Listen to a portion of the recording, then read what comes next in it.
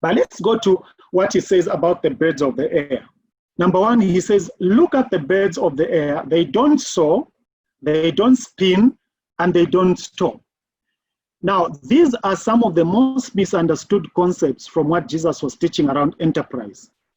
And so you have a prophet coming from Zambia, not Prophet Musonda, of course, a prophet coming from Zambia to Eswatini, and they advertise to say, well, a man of God is in town, and just bring your seed, come and sow, and you see what God will do in the next three weeks.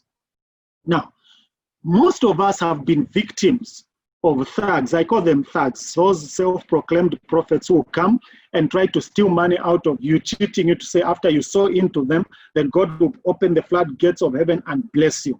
This is one message that has been misapplied by many in the Christian circles. So what is Jesus talking about when he talks about sowing? Okay, I call this strategic enterprise, looking at the strategic enterprise alternatives. And sowing is about a business startup.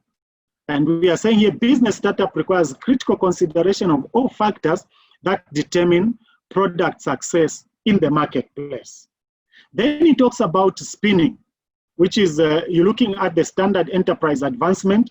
This is adding value to your products, which I talked about earlier. Product quality is key to securing best monetary value in a highly competitive marketplace.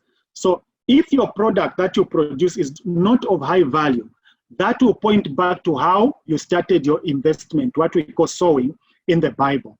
And then if your product is excellent, you can make sure that your storage system, and storage here is not talking about just a place where you store a product, it is also talking about the concept of storage where you look at the best time when you can either plant your product so that you sell in the market. We are saying best stores management practices for optimum revenue potential. Don't rush to sell your products, especially where the market is flooded. And I think this is what Tabani earlier was trying to refer to.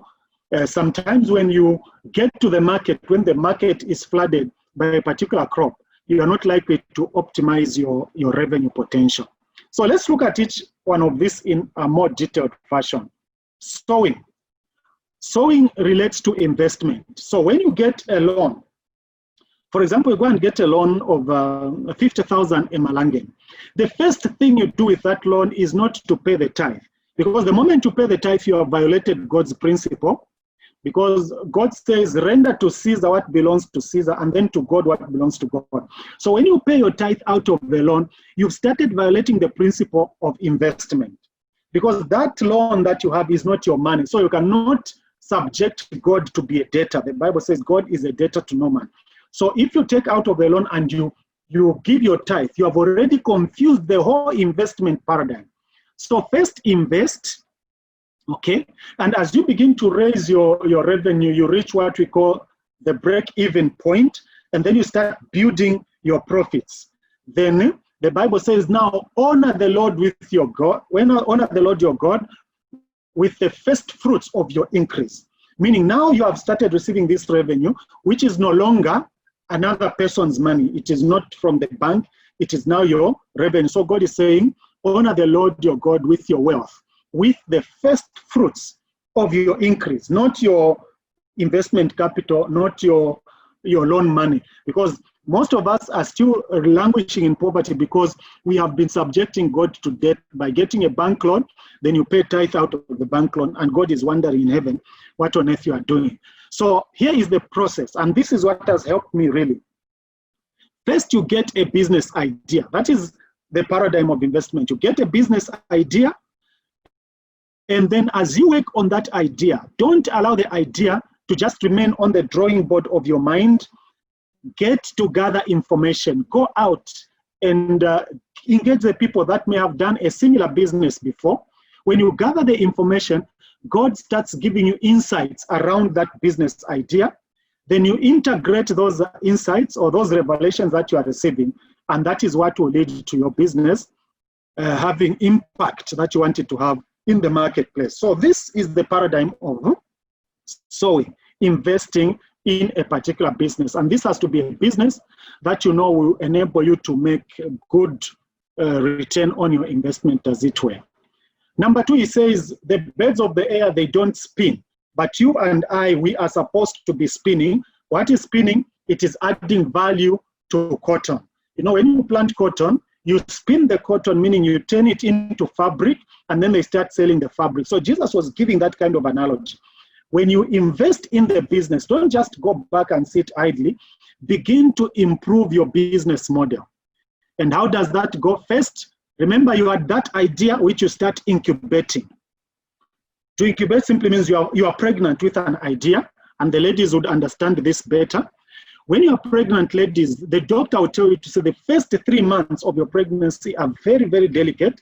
So make sure that you take a lot of rest. You don't do very heavy chores. You are nurturing this child who is in the womb. So the business idea is there. 3 months from the time you get pregnant with that business idea is a very delicate period.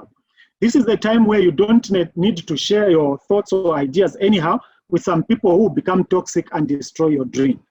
But don't continue becoming pregnant for years. Some of us in this forum, we've been pregnant for too long. Some of you are almost getting to 60 years of age. You are still pregnant. You are still in the incubation phase. You need to initiate your idea. And as I said, initiating sometimes is very scary. You may be scared because you've looked at other people who have tried to do something similar and they have not made it, they have failed. But just take the initiative. When you initiate, as you begin to see your business begin to expand, then innovate. Come up with best ways of making sure that your business model is the best or is the most attractive in the marketplace. Then that way, if you are innovative, you influence the entire market and you start inspiring many other people. And I know that the many people that we've trained, whether it's in the church forum, within the kingdom, or other stakeholders, community partners, they have now become an inspiration to others. People can look to them and learn from them. The final point is income. Now, I've used income here on purpose because he uses the word storage. And remember when I was teaching the Dominion model, we talked about prosperity. That is something that was at the center there. So if you have to have maximum income, it is the way you manage the store's management. The whole store's value chain needs to be managed if your income is going to be optimized. How are you going to do that? Put in place ideals or principles of life.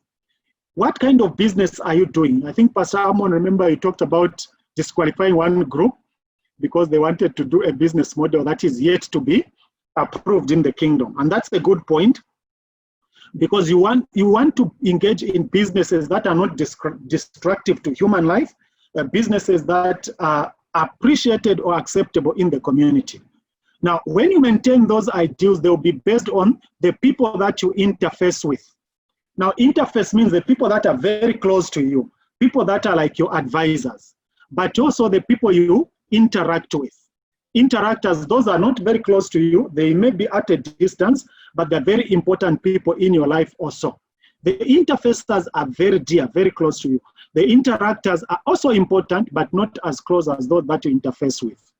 But you need to interpret every advice that these people at interaction level and at interface level are giving you. When you interpret those aspects, then you'll be able to make sure that your business is somewhat secure. But ultimately, to secure your business, insurance is also important. Look for insurance options that can make your business make good traction and make a lot of sense.